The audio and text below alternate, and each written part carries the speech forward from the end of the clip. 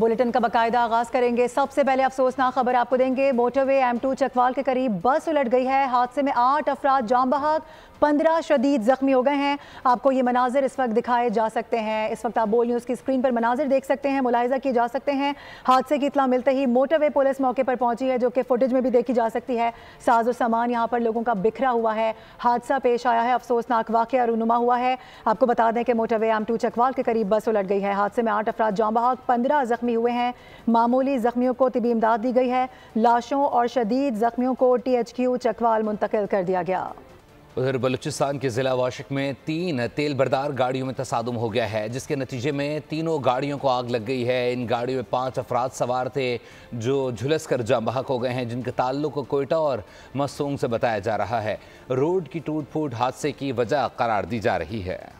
जिनमें राजा गजनफर अली खान, कैसर नज़ीर बट, अकमल खान, तनवीर अहमद शेख के नाम शामिल हैं। इसके अलावा तारिक महमूद बाजवा, शाहिद सईद, अकबर गुल खान के नाम भी शामिल हैं।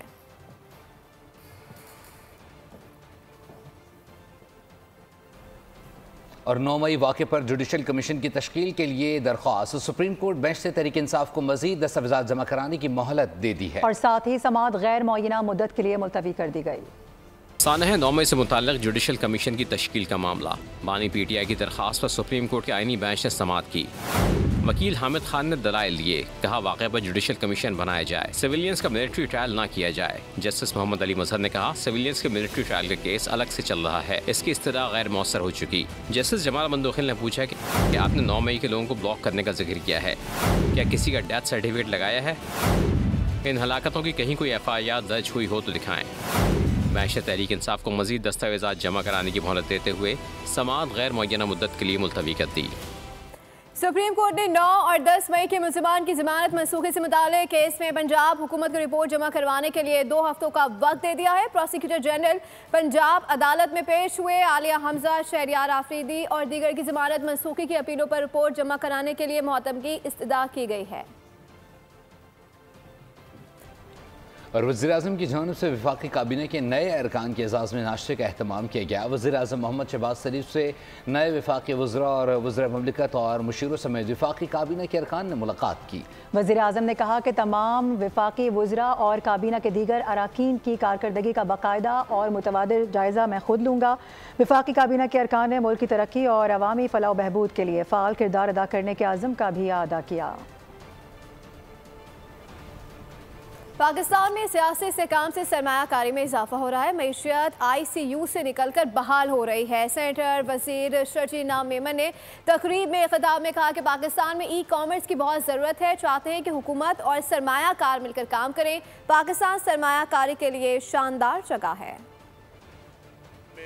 हालात कदरन बहुत बेहतर हैं। लॉ एंड ऑर्डर की सिचुएशन भी पाकिस्तान में बेहतर है और जहाँ तक पॉलिटिकल स्टेबिलिटी आ रही है, नज़र आ रही है, तो हम चाहते हैं कि हुकूमतें और सरमायाकार मिलकर ऐसे प्रॉफिटेबल बिजनेस में काम करें जिससे आवाम को सहूलियात हों, ताकि हम किसी भी तरीके से इस हमारे मुल्क में सरमायाकारी को भी फ़रोग दें और लोगों को ये एतमाद हो कि जी अब चीज़ें बेहतर हो रही है। अब देखिए जैसे ही अभी इंटरेस्ट रेट कम हुए हैं, इंटरेस्ट रेट कम होने से जो हमारे कारोबारी हजरात हैं उनका ठीक ठाक मैं समझता हूँ कि उनका एक कॉन्फिडेंस बिल्टअप हो रहा है। और PTI की जानिब से यकतरफा और बेबुनियाद प्रोपेगेंडा किया जा रहा है। पंजाब हुकूमत की कारकर्दगी लोगों को हजम नहीं हो रही। वज़ीर इत्तलात पंजाब अज़मा बुखारी का कहना है कि PTI दौरे हुकूमत में पैसे लेकर तकर्रुर और तबादले किए जाते रहे। उनका दौरा हुकूमत मुख्तलिफ स्कैंडल से भरा रहा। 1 साल में पंजाब हुकूमत की कारकर्दगी मिसाली रही। 2 दिन से देख रही हूँ कि एक जमात और उसके कोई दिहाड़ीदार यूट्यूबर जो हैं उनको बहुत तकलीफ़ है और वो बेचारे जो हैं वो यकीनन उनको पहले तो 1 साल की कारकर्दगी पे उनको बहुत तकलीफ़ है। ज़ाहिर है उनके पास जो है बुज़दार मॉडल था और वो बुज़दार बेचारा जिसको ये पता नहीं था कि कोरोना काटता है या नहीं काटता, वो बुज़दार जो अपना जो है तारुफ कराने के लिए जिसको शहबाज शरीफ साहब के नाम की ज़रूरत पड़ती थी, वो मसरूफ़ थे अफसरान की ट्रांसफ़र पोस्टिंग पैसे लेकर करने में। वज़ीर-ए-आज़म हाउस की जो है गायें और भैंसें बेचने में मसरूफ़ थे। चीनी स्कैंडल, आटा स्कैंडल, गंदम स्कैंडल, पेट्रोल स्कैंडल, अद्वियात स्कैंडल, इन सारे स्कैंडल्स में मसरूफ़ थे।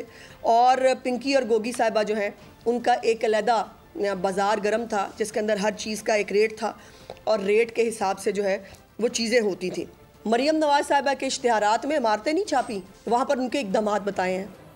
जमात इस्लामी ने रमज़ान के बाद अवामी मसाइल के खिलाफ तहरीक शुरू करने का ऐलान कर दिया। हाफिज तैमूर रहमान कहते हैं कि पहले मरहले में शाहराहों पर धरने देने का ऐलान कर सकते हैं। प्रेस कॉन्फ्रेंस में कहा कि पाकिस्तान में आधा इनकम टैक्स कराची, आधा पूरा मुल्क देता है। इसके बावजूद कराची में सहूलतों की सूरत हाल बदतरीन है, सड़कें तबाह हैं, पानी मिलता नहीं, टैंकर और डंपर शहरियों को कुचल रहे हैं। कहा कि पीपल्स पार्टी 17 साल से सिंध पर काबिज है, सिर्फ 300 बसें दी गई, तालीमी नस्ल कुशी की जा रही है। तो कराची देता है, पूरा सूबाई हुकूमत में या विफाकी हुकूमत में कराची का कंट्रीब्यूशन सबको मालूम है। 50% से ज्यादा एक्सपोर्ट कराची से होती है। इनकम टैक्स आधा कराची देता है, आधा पूरा मुल्क देता है।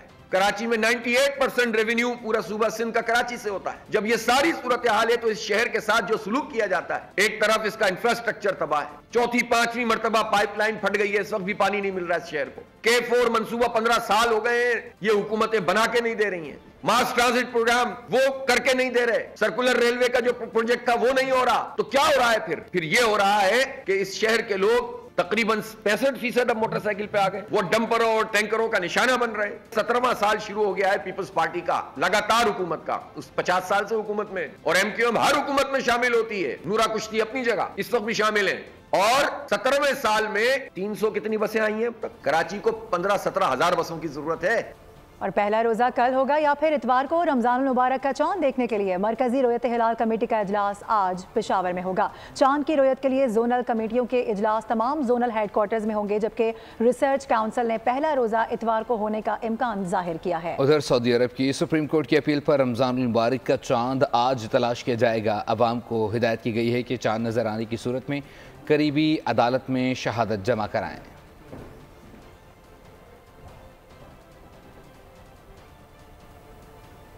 मुल्क में यकम रमज़ान को बैंक अकाउंट में 1,79,689 रुपए या इससे ज़ायद रकम हुई तो ज़कात की कटौती होगी। रिपोर्ट के मुताबिक वफाकी वज़ारत तख़फ़ीफ़, ग़ुरबत और समाजी तहफ़्फ़ुज़ ने साल 2025 के लिए ज़कात का निसाब जारी कर दिया। बचत अकाउंट, नफ़ा और नुकसान और इस तरह के अकाउंट्स पर ज़कात लागू होगी। करंट अकाउंट से ज़कात नहीं काटी जाएगी।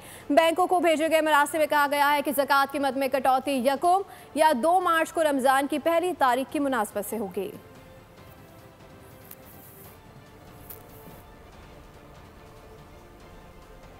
और अफगानिस्तान में दहशतगर्दों की महफूज पनाहगाहों पर तहफ़्फ़ुज़ात हैं।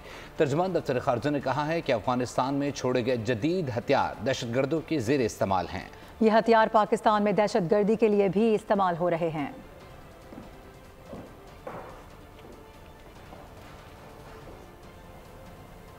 अमेरिका ने अफगानिस्तान में छोड़ा गया अमेरिकी असलहा वापस लेने का इम्कान जाहिर कर दिया है। सदर डोनाल्ड ट्रंप ने कहा है कि अफगानिस्तान से नामुनासिब अंदाज में इनखला की तहकीकात भी करेंगे।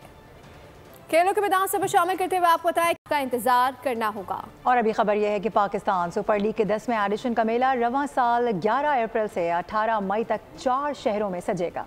रावलपिंडी में इफ्तिताही टाकरा इस्लामाबाद यूनाइटेड और लाहौर कलंदर्स के दरमियान होगा। कज़ाफ़ी स्टेडियम लाहौर फाइनल समेत 13 मैचेस की मेज़बानी करेगा।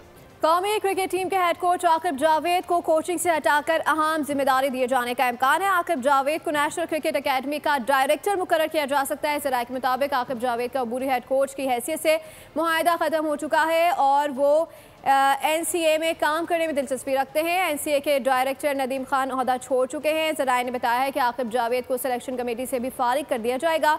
चैंपियंस ट्रॉफी में कौमी टीम की नाकिस कारकर्दगी के बायस दीगर सिलेक्टर्स के लिए भी ओहदे बचाना अब मुश्किल हो गया है। दुबई टेनिस चैंपियनशिप में रूस के डैनियल मैड्यू का सफर क्वार्टर फाइनल में तमाम हो गया है। डच खिलाड़ी टेलॉन के हाथों अपसेट शिकस्त हुई है। कनाडा के फेलिक्स ओगर ने मारन स्लेच को हराकर सेमीफाइनल में कदम रख दिए। और नाजरीन, इटली के मारूफ मिलान फैशन वीक में खातीन के लिए नई कलेक्शंस मुतारिफ करा दी गई हैं। खिज़ा और सरमा की मुनासिबत से ढीले ढाले लिबास तैयार किए गए हैं। फैशन वीक 3 मार्च तक जारी रहेगा। तसव्वुराती जानवर खौफनाक हकीकत निकला। अनोखी कहानी है हॉलीवुड की आने वाली horror film death of unicorn की, जो 28 मार्च को रिलीज की जाएगी। फिलहाल फिल्म का ट्रेलर एंजॉय करें। इसी के साथ बुलेटिन से फिल वक्त इतना ही। मज़ीद खबरों और अपडेट्स के लिए विजिट कीजिए हमारी वेबसाइट bolnews.com। देखते रहिए बोल। सब्सक्राइब करें और बेल दबाएं ताकि कोई खबर रह न जाए।